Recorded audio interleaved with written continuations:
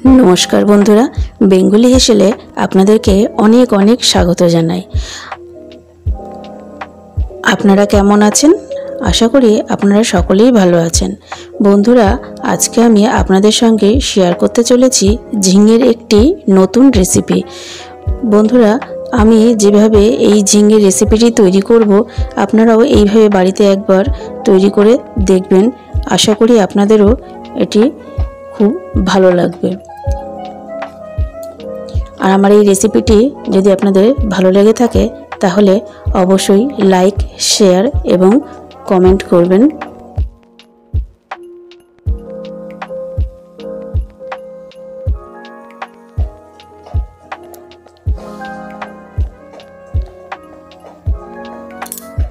তাহলে চলুন দেখে নেওয়া যাক।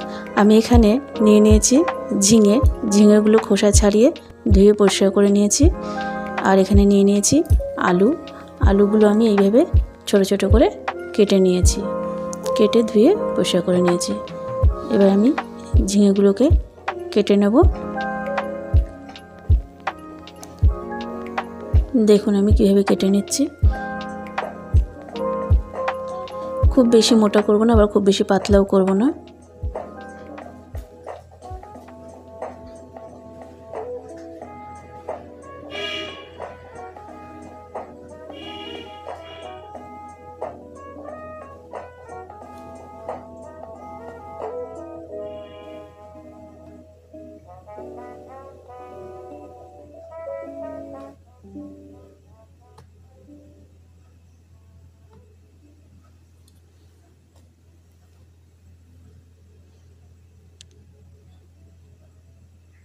গরমের সময় এই ঝিঙের রেসিপিটি আমাদের খুবই ভালো লাগবে।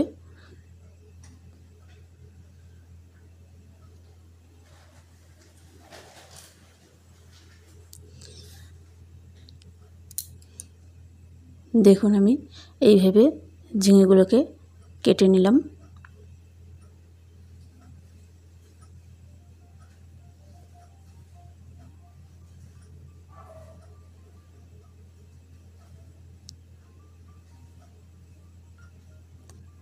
ব্যাস আমি এইভাবে সমস্ত ঝিঙেগুলোকে কেটে নেব।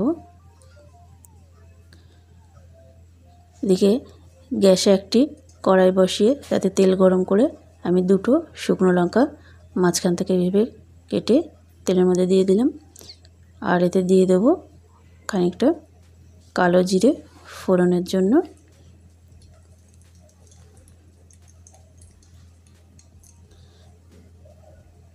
ব্যাস আমি এবার এর মধ্যে দিয়ে দেব কেটে রাখা আলুগুলো।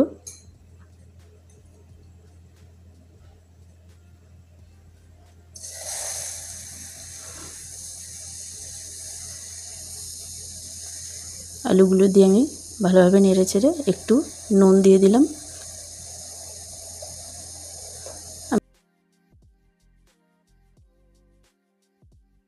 চা চামচের 1 চামচ নুন দিয়ে দিলাম।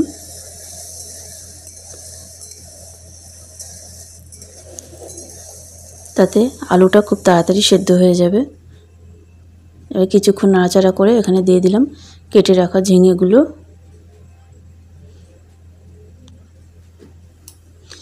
এবার ঝিঙেগুলোকে খুব ভালোভাবে এর সাথে কিছুক্ষণ নেড়ে চেড়ে মিশিয়ে নেব।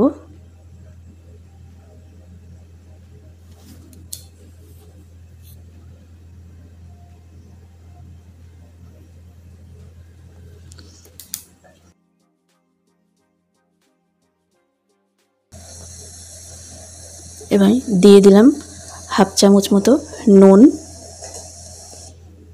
দিয়ে দিলাম হলুদ,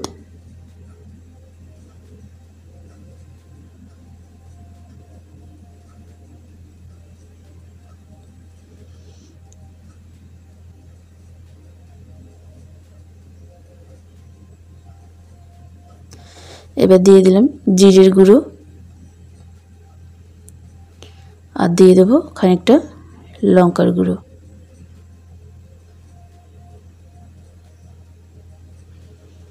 ব্যাস এবার এগুলোকে খুব ভালোভাবে আমি মিশিয়ে কিছুক্ষণ নাড়াচাড়া করে নেব। এতে আমার আলুগুলো এবং ঝিঙেগুলো তাড়াতাড়ি সেদ্ধ হয়ে আসবে।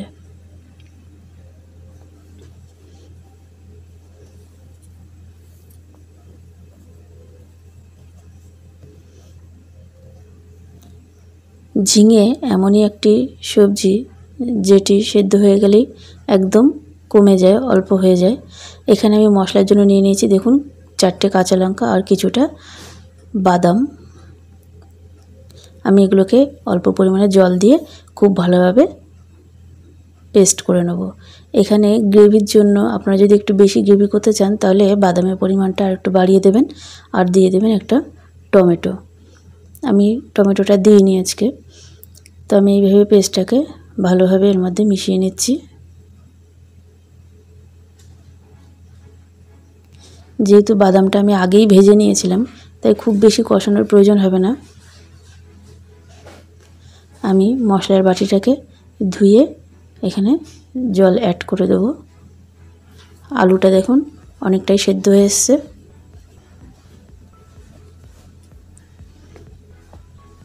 এই রেসিপিটি তৈরি করতে খুব বেশি সময় লাগবে না, খুব সহজেই ঝটপট এটি তৈরি করে নেওয়া যাবে।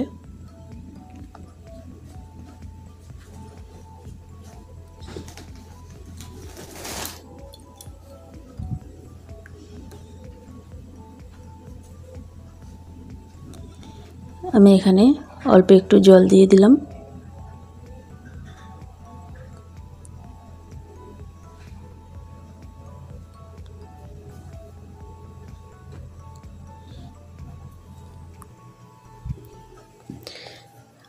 আমি মশলা বাটিটা ধুয়ে আরও খানিকটা জল দিয়ে দেব।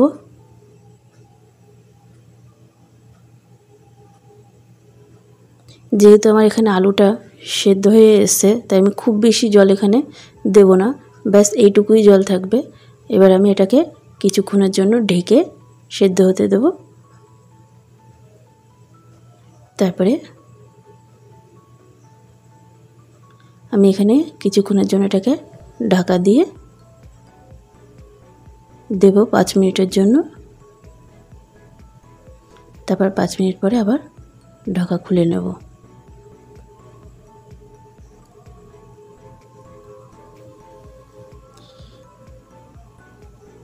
দেখুন 5 মিনিট পরে আমি ঢাকা খুলে নিলাম। আমার এখানে ঝোলটা অনেকটাই শুকিয়ে গেছে এবং একটু মাখা মাখা ভাব রয়েছে। আমি এটাকে একেবারেই জলটাকে টানিয়ে নিচ্ছি।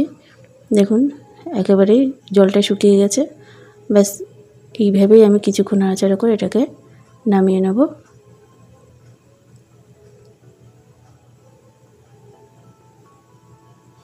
আপনারা যদি একটু ঝোল ঝোল করতে চান তাহলে ঝোল অবস্থাতেই নামিয়ে নেবেন। ব্যাস আমার এই রেসিপিটি তৈরি হয়ে গেছে। আমি এটাকে এবার একটা বাটিতে তুলে নেব। বন্ধুরা, আমার এই রেসিপিটি যদি আপনাদের ভালো লেগে থাকে লাইক, শেয়ার এবং কমেন্ট করতে ভুলবেন না প্লিজ।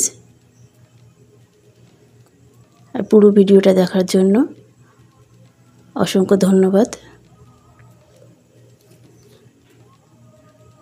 আবারও ফিরে আসবো পরে অন্য কোনো ভিডিও নিয়ে। ততক্ষণের জন্য টাটা।